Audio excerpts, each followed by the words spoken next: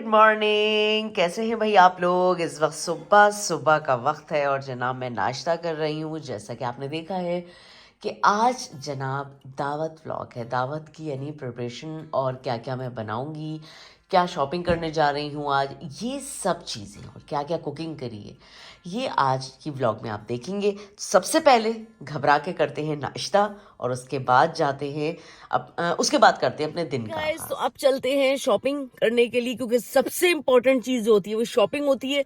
और शॉपिंग के बाद फिर घर पे आएंगे और तैयारी स्टार्ट करेंगे। चले आज। जी जनाब, तो जब दावत होती है तो सबसे पहले प्लान होता है कि मीठा क्या बनेगा। तो मैंने भी सबसे पहले ये सोचा कि मीठा क्या बनाऊं। मैंने सोचा कि मैं रसमलाई बनाती हूँ, क्योंकि रसमलाई एक ऐसी स्वीट डिश है जिसको सब पसंद करते हैं और बनती भी बड़ी मज़ेदार है। तो ये मैं पैकेट्स की बना रही थी, और डिपेंड करता है कि अगर आपको नॉर्मल बग़ैर पैकेट के भी आप बनाना चाहें तो आप लोग बना सकते हैं। उसके अलावा मैंने तुर्की का जो एक मीठा होता है थ्रिलिश, वो मैंने बिस्टेल करवाया था, यानी बुक करवाया था। तो वो इंशाल्लाह ताला वो भी आ जाएगा। और उसके अलावा मैंने सोचा था कि कुछ मिठाई मंगवा लूँगी, और वो मिठाई जो है ये इस तरह से 3 डिशेस जो हैं वो मीठे में मैं सर्व करूँगी। तो यहाँ पर जनाब मैंने रसमलाई को तैयार कर लिया था, और ये मेरा बॉक्स जो था ट्रेलिश का ये भी आ गया था। तो मैंने कहा कि चलो इसको मैं पहले तो फ्रिज में रख देती हूँ, क्योंकि बेसिकली ये फ्रीज़र में से आया था। तो फिर मैंने इसको फ्रिज में रख दिया था।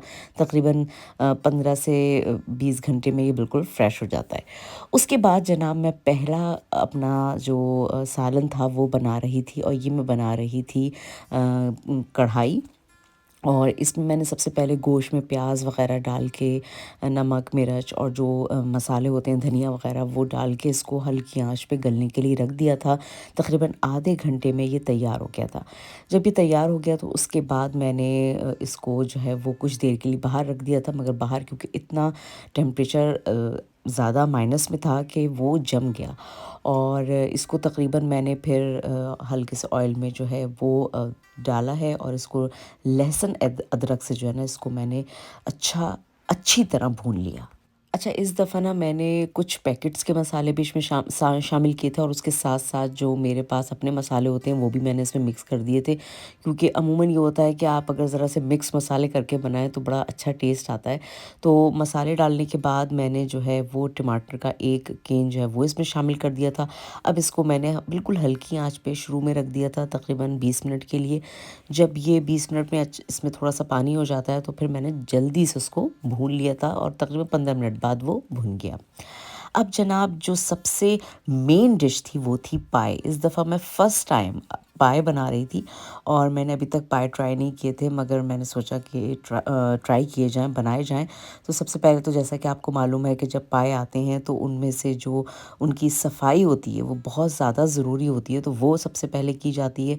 और यहाँ पर मैंने तकरीबन 15 से 20 मिनट में जो है वो उसको पहले उसके जो जितनी भी फाजिल चीज़ें थी वो सब उसको जलाया, और उसके बाद इसको ब्रश से अच्छी तरह साफ़ किया, और ये बहुत ही ज़्यादा साफ़ सुथरे से हो गए थे। तो उसके बाद जो है मैंने इसमें साबित मसाला, जिसमें लहसुन, तेज़पत्ता, दालचीनी, बादियान का फूल, सौंफ, धनिया, लौंग और छोटी इलायची, दालचीनी, ये सब मैंने जो है मिक्स करके उसके अंदर शामिल कर दिया था, क्योंकि अभी मुझे पाव को थोड़ा सा गलाना था। तो तकरीबन 4 से 5 घंटे लगते हैं गलने में। तो ये मसाला मैंने साबित डाल दिया था, और साथ में मैंने थोड़ा सा गोश्त भी शामिल कर दिया था उसमें, मगर गोश्त मैंने अभी शामिल नहीं किया था। ये मैं जब पाए तकरीबन आधे गल जाएंगे, या तकरीबन जैसे 4 घंटे लगते हैं, तो अगर इसमें हम 3 घंटे बाद भी ये गोश्त डाल देंगे तो ये इंशाल्लाह गल जाता है। अच्छा, यहाँ पे मैंने जो है वो एक बड़ी पतीली में पानी डाला, और उसके बाद जो इसमें हल्दी, नमक, मिर्च और धनिया ये सब चीज़ें शामिल करके, और ये जो साबित मसाला है इसको शामिल करके इसको जनाब मैंने रख दिया। अब ये तकरीबन 4 घंटे के लिए जो है मैंने इसको ढक के रख दिया था, और मैंने इसको अपनी जो बालकनी थी उसमें इसको बॉईल किया था। तो अच्छा खासा ये 3 से 4 घंटे में अच्छे से गल गए थे। अच्छा, जब वो गल गए तो मैंने सोचा कि अब मैं इसका मसाला जो है, जो कि ख़ास बड़ा इम्पॉर्टेंट होता है, उसको बनाया जाए। मैंने प्याज छोटी छोटी सी काट के और उसको रेड कर लिया था। उसके बाद उसमें मैंने दही तकरीबन 2 बड़े चमचे जो हैं वो शामिल किए थे। और इसमें सबसे इम्पॉर्टेंट चीज़ होती है धनिया और ज़ीरा। तो इसको आप जो है वो साबित मोटा-मोटा सा कूट लें और उसके बाद जो है वो इसमें शामिल कर दें। अब यहाँ पर मेरे पास जो है पायो का मसाला था, जो कि रेडीमेड होता है, आप कोई से भी ब्रांड का यूज़ कर सकते हैं। तो यहाँ पे मैंने जनाब फिर उसके बाद जो है इसमें इसको अच्छी तरह से भून लिया था। ये अच्छा ख़ासा मसाला बन गया था पायो का। और जब ये देखें आप, इस वक्त ये कुछ शक्ल आई थी इसकी जब ये पाए गल गए थे। अब जब पाए गल जाते हैं तो मैंने ज़रा सा चेक किया कि इसका गोश्त जो कि मैंने शामिल कर दिया था इसमें, वो भी गल गया है। अगर वो गल जाए तो आपने जनाब जो आपका तैयार करदा मसाला जो कि अभी आपने बनाया होगा वो इसमें शामिल कर दें। तो मेरा उस मैंने चेक किया था, गोश्त भी गल गया था, पाए भी ज़बरदस्त किस्म के गल चुके थे। तो जनाब यहाँ पर मेरी एक डिश, यानी जो सबसे मेन डिश थी, वो तैयार हो चुकी थी और बड़ी ही टेस्टी थी। खैर मैंने तो खाए नहीं थे पाए, मगर जिसने भी खाए उसने तारीफ़ करी और उसने कहा कि बड़े ही टेस्टी बने थे। तो जनाब यहाँ पर मेरी 2 मेन डिशें तैयार हो गई थी। अब यहाँ पर जनाब, जहाँ पर इतनी मेन डिशें गोश्त की हों, वहाँ पर सब्ज़ी या दाल का होना भी बहुत ज़रूरी होता है। तो यहाँ पर मैंने उड़द की दाल जो है इसको तकरीबन 3 घंटे के लिए भिगो दिया था और उसको बिल्कुल हल्की आंच पे नमक मिर्च डाल के गलने रख दिया था। इस तरह वो आहिस्ता आहिस्ता गलती रहती है और बिल्कुल जब गेस्ट आने वाले हों उस वक्त आप जो है इसमें ज़बरदस्त सा बघार कर दीजिए प्याज का और मोटी जो लाल मिर्च होती है उसका, तो ज़बरदस्त दाल बन जाती है। अच्छा, यहाँ पर जनाब अब मैं बना रही हूँ फ़िश का मसाला। जी हाँ, मैंने सोचा कि इस दफ़ा जो है ना फ़िश भी बनाई जाए, क्योंकि सर्दियों में अमूमन पाए, फ़िश, इस तरह की चीज़ें जो होती हैं वो बड़ी ख़ास तौर पे मेन ये डिशें जो होती हैं बड़ी अच्छी होती हैं। तो यहाँ पर जनाब मैंने लहसुन अदरक लिया था, मसाला लिया था और इसमें भी मैं एक थोड़ा सा पैकेट का मसाला भी मैंने ऐड किया, धनिया लिया, ज़ीरा लिया और ये सब मैंने भून के उसको कूट के और उसमें डाला था। उसके अलावा जो है लेमन आप इसमें शामिल करें, अंडे 2 शामिल करें और साथ में जनाब लहसुन अदरक जो सबसे इम्पॉर्टेंट है, और मेथी, ये जो सूखी मेथी होती है ना, वो आपने ज़रूर इसमें शामिल करनी है क्योंकि उसकी खुशबू बहुत ही ज़बरदस्त आती है। अच्छा, यहाँ पर मैंने फ़िश को अच्छी तरह से साफ़ करके और इसको धो धुला के पहले तो आधे 1 घंटे के लिए रख दिया था ताकि इसका पानी अच्छी तरह खुश्क हो जाए।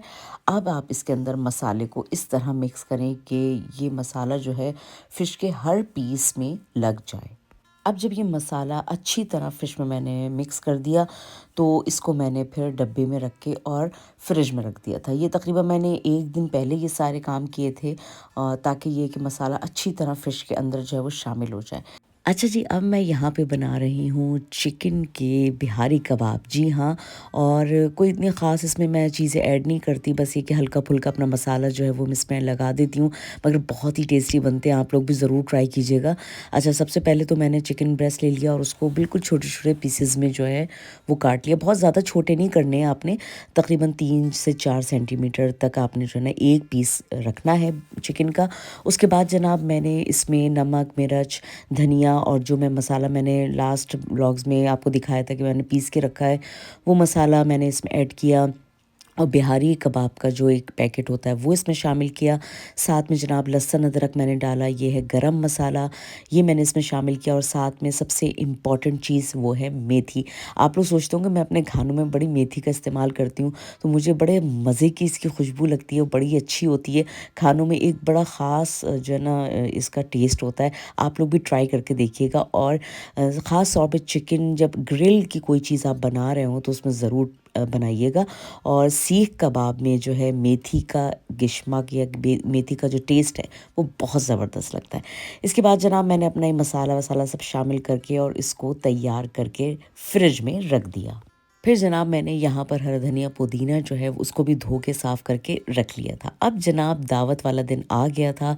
सुबह सुबह उठ के मैंने सबसे पहले, क्योंकि मुझे आज मटर पुलाव भी बनाना था, तो मैंने मटर का जो एक तरह से ये ग्रेवी होती है इसको बना के रख लिया था, जिसमें मैंने प्याज शामिल करी थी, मटर डाली थी और बिरयानी का एक मज़ेदार सा मसाला, 4-5 हरी मिर्चें और साथ में जनाब लहसुन अदरक के साथ दही के साथ इसको भून के रख दिया था। यहाँ सलाद भी मैंने अपनी धो के बिल्कुल तैयार करके रख ली थी।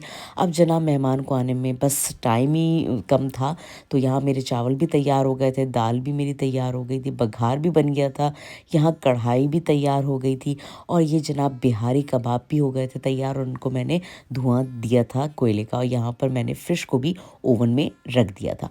और जितनी सैलड्स थी वो भी मैंने पहले ही बना के रख ली थी। बेसिकली ये सैलड मैंने बनाई थी, दही बड़े बनाए थे और साथ में जनाब मैंने रशियन सैलड बनाई थी और ये भी बहुत ही मज़े की बनी थी, बहुत ही टेस्टी बनी थी।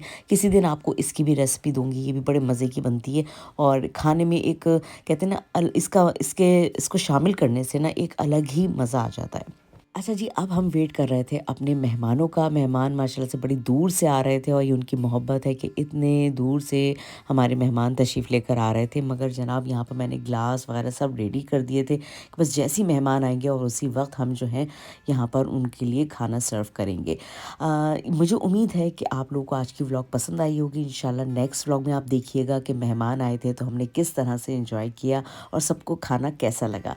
जब तक के लिए मुझे इजाज़त दीजिए, अपना ख्याल रखिएगा। पाकिस्तान जिंदाबाद।